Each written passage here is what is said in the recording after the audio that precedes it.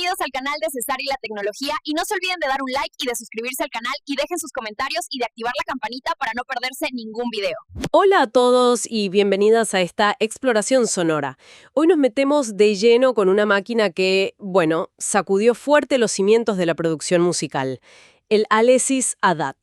Tenemos varias fuentes que analizan su historia, la tecnología que tenía dentro, su impacto que fue enorme y el legado que todavía hoy perdura. La idea es entender bien por qué fue tan, disruptivo, cómo funcionaba esa cosa y qué nos queda de él en el mundo del audio actual.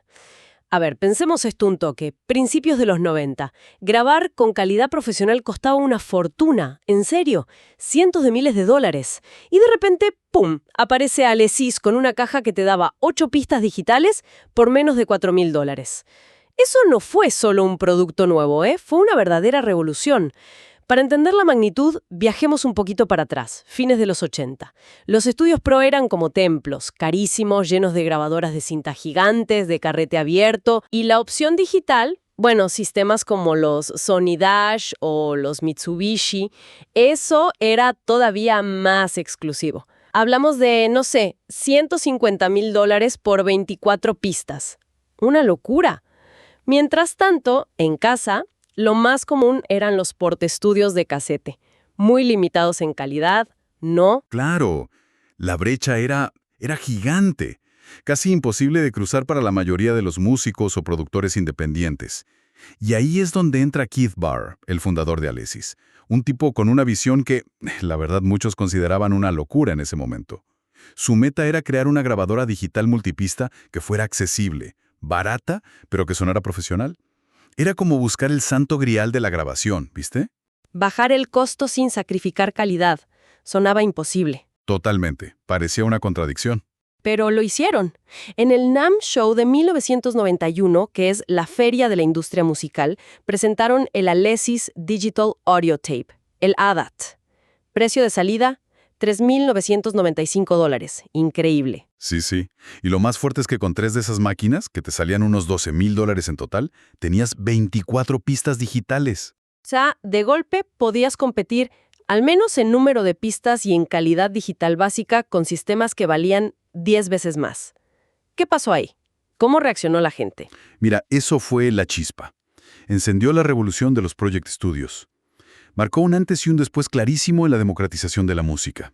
Músicos, productores, ingenieros, gente que antes solo podía soñar con tener multipistas digitales, de repente, podían armarse un estudio de alta calidad en su propia casa. En el dormitorio, en el sótano. Donde fuera, en el garaje.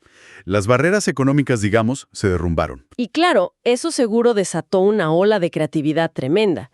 Pensá en álbumes gigantes que marcaron los 90, como Jagged Little Pill de Alanis Morissette, un fenómeno mundial. Totalmente. O clásicos del hip hop como Regulate de Warren G. O incluso discos experimentales súper influyentes como Introducing de DJ Shadow. Sí, muchos de esos discos icónicos nacieron en gran parte gracias a esa libertad y ese acceso que dio el ADAT. Y ojo, el fenómeno no fue solo el grabador. El éxito del ADAT fue tan grande que creó un mercado nuevo, ¿viste? Un mercado hambriento de equipos que complementaran ese flujo de trabajo, pero que también fueran accesibles. Claro, necesitabas la consola, los previos. Exacto. Y ahí Greg Mackey, por ejemplo, vio la oportunidad y lanzó su famosa consola 8-Voz. Decían que estaba hecha a medida para laburar con varios ADATs. Y así surgió todo un ecosistema de equipos, previos, compresores, efectos, todo a precios más razonables.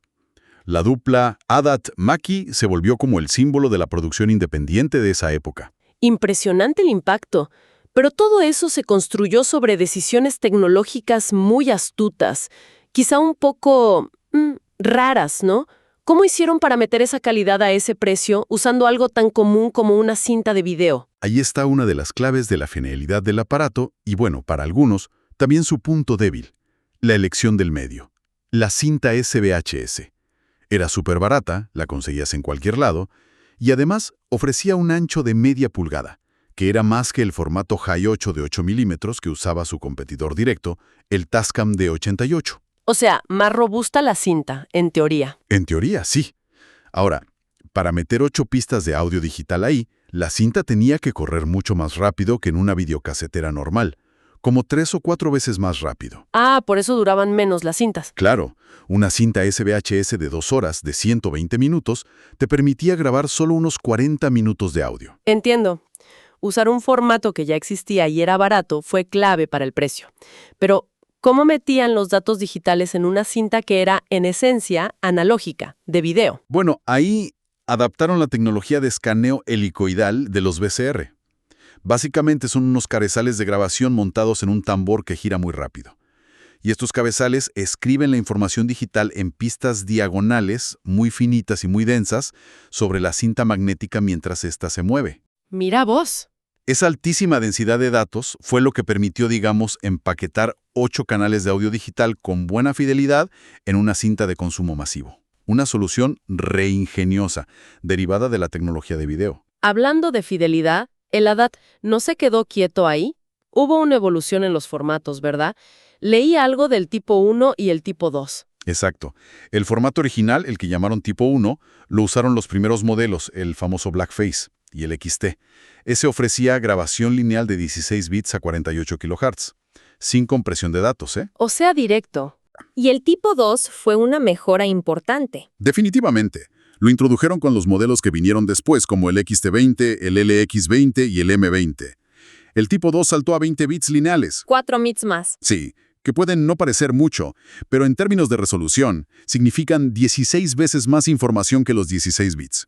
El resultado fue un rango dinámico mayor, hasta 102 decibeles en el XT20, y sobre todo, un sonido que se percibía como más suave, más detallado, más natural. Se notaba más en... Especialmente en partes silenciosas o en las colas de los sonidos, los decays largos, ¿viste? Donde los 16 bits a veces podían sonar un poco granulosos o ásperos. Y algo muy importante, todas las máquinas tipo 2 podían leer y grabar cintas tipo 1. Aseguraron la compatibilidad para atrás. Ah, bien pensado eso. Más allá de la cinta y los bits, otra cosa que parece haber sido fundamental fue cómo se podían conectar varias máquinas entre sí. Totalmente. El diseño modular fue quizás lo más revolucionario de todo. Cada ADAT era una unidad de 8 pistas, independiente, pero podía sincronizar varias usando un cable simple, propietario, de 9 pines. Y esa sincronización tenía una precisión de muestra. Precisión de muestra. ¿Qué significa eso? Significa que estaban sincronizadas a 1/4 de millón de segundo. Increíble para esa época y ese precio. ¿Y cuántas podías llegar a conectar así? Hasta 16 máquinas. O sea, en teoría podías armarte un sistema de 128 pistas. ¡Wow! 128 pistas. Sí. Y lo mejor era que no necesitabas sacrificar una pista de audio para grabar el código de tiempo, que era algo súper común en otros sistemas de sincro. Esto permitía a los estudios empezar con una máquina y después ir sumando más a medida que crecían, sin tener que tirar la inversión inicial. Una escalabilidad muy, muy inteligente. Y de toda esa tecnología, hay una parte que, curiosamente, sigue vivita y coleando hoy en día. La conexión óptica. El ADAT Lightpipe. Correcto. Es esa conexión de fibra óptica que usa un cable 2-link, que es un estándar recomún y barato. Sirve para transmitir 8 canales de audio digital al mismo tiempo y sin pérdidas. En la era ADAT, era genial para hacer copias digitales perfectas entre máquinas. Claro, sin degradación. Exacto. O para conectar con otros equipos digitales, como mesas de mezclas o convertidores externos. Increíble. O sea que, aunque las grabadoras de cinta ADAT hoy son casi piezas de museo, Sí, bastante. sí, esa conexión óptica que inventaron se convirtió en un estándar que todavía usamos todos los días. Tal cual. El protocolo Lightpipe es, de facto, un estándar en la industria del audio. Lo encontrás en muchísimas interfaces de audio modernas, en previos de micrófono, en mezcladores digitales. Se sigue usando a diario para expandir la cantidad de entradas y salidas de un sistema, de forma sencilla y fiable. Es un legado tecnológico impresionante, la verdad. Un testimonio del buen diseño original, más allá de la propia cinta. Alesis no se quedó solo con el modelo original, no. La línea ADAT fue cambiando, evolucionando para responder un poco a lo que pedía el mercado que ellos mismos habían creado. Correcto. Hubo una progresión clara. El ADAT original, el Blackface de 1992, fue el que empezó todo. 16 bits, tipo I, tenía conectores jack, los comunes, no balanceados, y también un conector multipin Elco, que es un estándar profesional para conexiones balanceadas, para que se pudiera integrar mejor en estudios ya existentes. Y el transporte. La mecánica. Era básica. Y para funciones clave como la edición precisa o la sincronización externa, necesitabas comprar aparte el BRC, el Big Remote Control. Ah, el control remoto grandote. Ese mismo, porque esas funciones no estaban en la máquina en sí. Eso del control remoto aparte suena medio incómodo, ¿no? ¿Lo arreglaron después? Sí, en 1995 llegó el ADAT XT. Mantenía los 16 bits tipo I, pero le pusieron conversores un poco mejores. Usaba ADES de 18 bits y DA de 20 bits. Y, lo más importante, un transporte mucho más rápido y robusto, montado en un chasis de aluminio fundido. Se sentía más pro. ¿Y los conectores? Cambiaron los jacks por conectores RCA no balanceados, que eran más comunes en los Project Studios.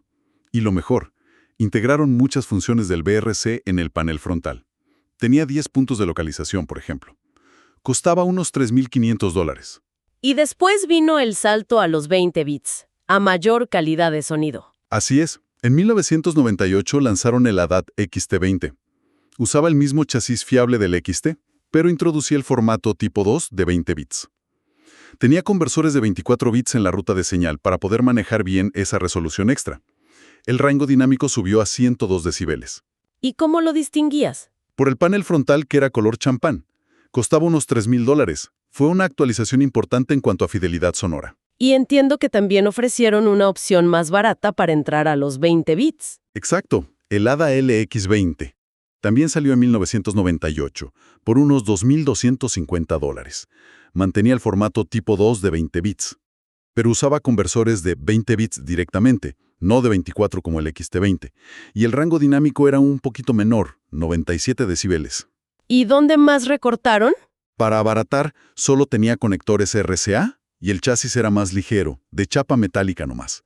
Era la forma más económica de tener un ADA de 20 bits. Y para completar la familia, supongo que hubo un modelo ya enfocado al mercado más profesional, ¿no? Correcto, el ADA M20, que también salió por ahí, por 1998.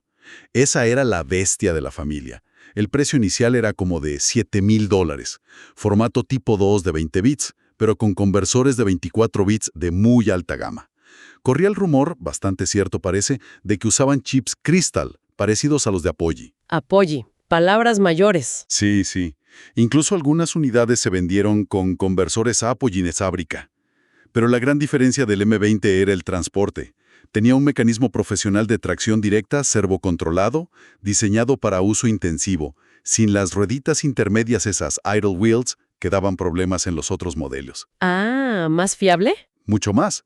Tenía rueda Jog Shuttle para buscar el audio haciendo scrubbing, sincro SMT-BU integrada, conexiones XLR balanceadas. Era una máquina totalmente pro, con un panel lleno de botones, más de 80 creo. Bueno, un recorrido completito por toda la familia. Pero hoy, ¿qué valor tienen estas máquinas? ¿Se encuentran fácil si alguien quiere una? Se encuentran, sí, en el mercado de segunda mano. Sitios como eBay, Reverb. Pero el valor depende muchísimo del estado en que estén. Unidades que dicen para piezas, para canibalizar, pueden costar entre $40 y $120. Un XT que funcione bien, ponele entre $125 y $200. Un XT20, que quizá es el punto medio interesante por los 20 bits y el transporte decente, anda entre 90 y 220. El LX20 es el más barato, $55-175. Y el M20, como es más raro y más pro, suele pasar los $300 y está bueno. O sea que todavía tienen su valor, digamos. Y los accesorios, el VRC. Y las cintas. El control VRC todavía se busca y puede costar de $90 a $300. El LRC, el chiquito, es muy barato, $15-45. Cintas SBHS nuevas, de esas que quedaron guardadas, NOS, New Old Stock, todavía aparecen. Pero ojo ahí. Porque el aglutinante magnético, lo que pega las partículas a la cinta, se puede degradar con el tiempo.